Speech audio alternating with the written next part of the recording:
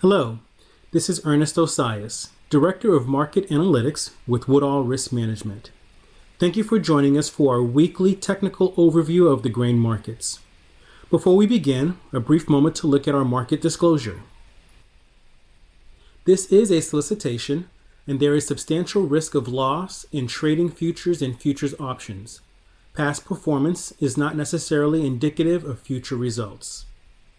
Thanks once again for joining us for our weekly installment of the Technical Market Overview. We'll go ahead and begin.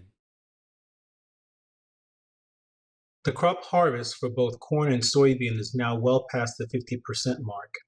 And with it, it is now starting to look like the huge harvest that we are expecting is perhaps already priced into the futures market. We're seeing some strength and we have been seeing some great demand. We start here with the December corn contract. We have come into our October 25th timeline. The market has actually moved down into this area, potentially having made a low now inside of support. And we've talked about how 347.5 was an important number. Here we can see the market has made very good support here at this level after testing it. And we are now turning up in conjunction with the stochastic potentially turning up as well. The previous key high that we're looking at was the high that was made about a week ago or a week and a half ago at 358 3/4. Coming up through this area, now that we have already tested the volatility-based resistance, we have now seen the 6 to 8 days of consolidation to downward movement off of the first test. The market is now poised for a potential move to the upside as we begin to roll to the next contract.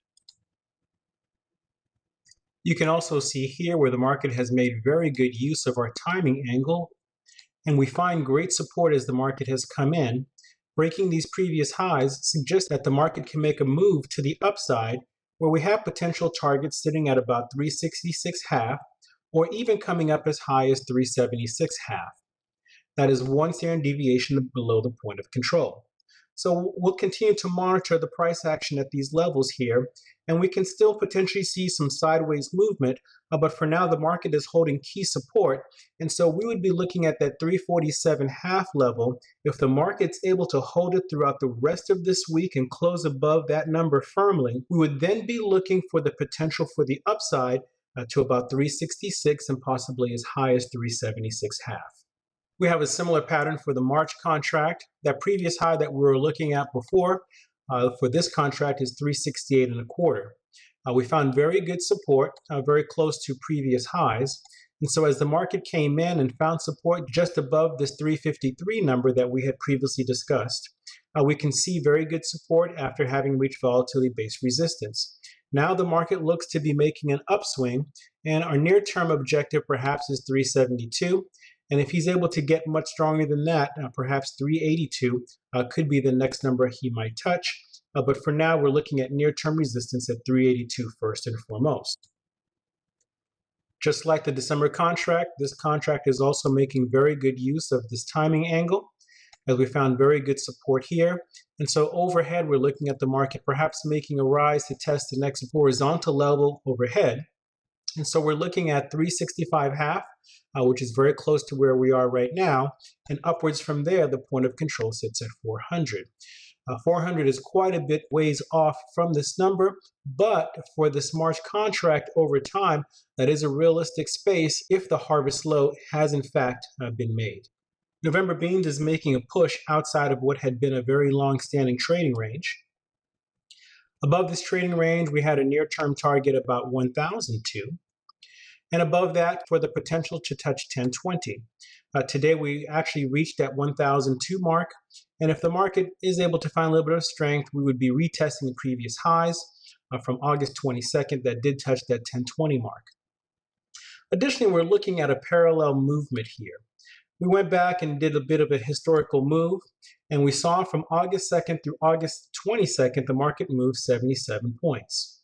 If this market were to repeat in the same fashion over the same timeline, coming off of the October 13 low, we'd be looking at a market that makes its move up 77 points from there, which again would be very close to that 1020 mark.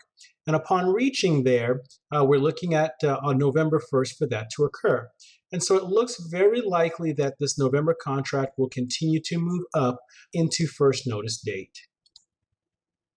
From a different perspective, we can see after the market made its advance and first tested the area of previous resistance, we saw a bit of consolidation here, which was potentially a continuation pattern. And so what we're seeing now is the market is in fact moving up from this pattern. And what you can often expect is the distance that it makes below is what you can often see on the other side, which lends itself to reaching that 1020 number that we've been talking to with a high level of probability. Once again, we are only a few days away from first notice date, and so it's going to be important to move forward and look at the next forward contract in terms of long-term trend.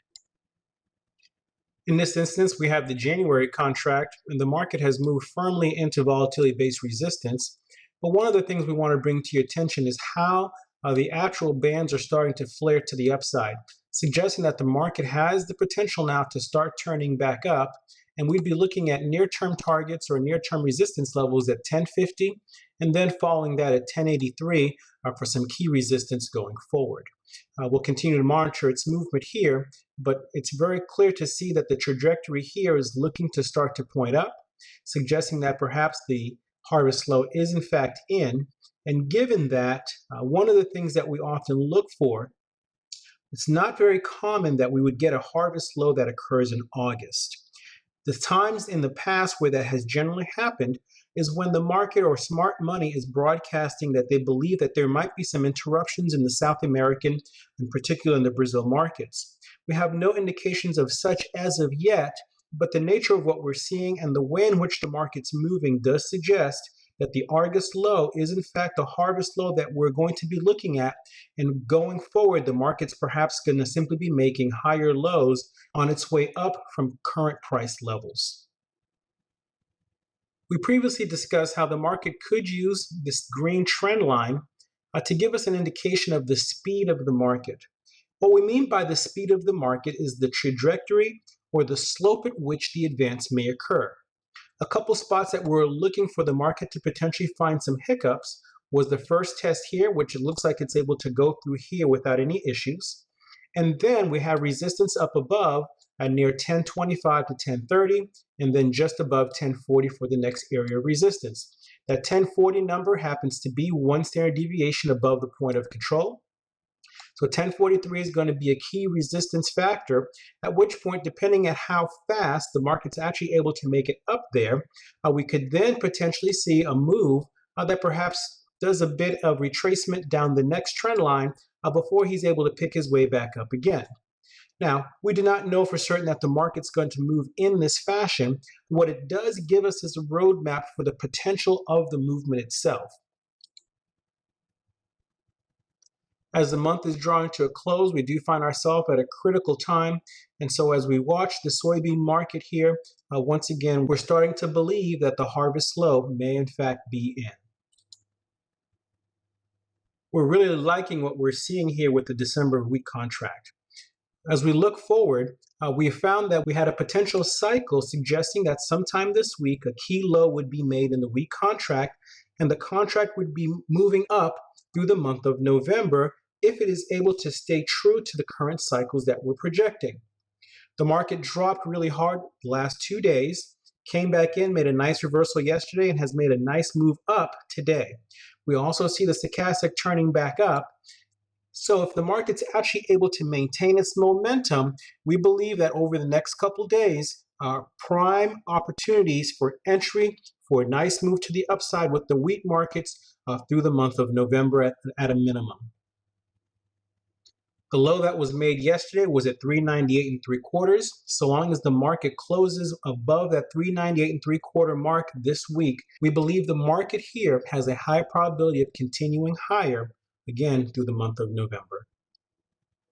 If you've been following our work for some time now, it should come as no surprise that we find that support at 398 3/4 yesterday happens to coincide with being 2 standard deviations below the point of control at 397.5.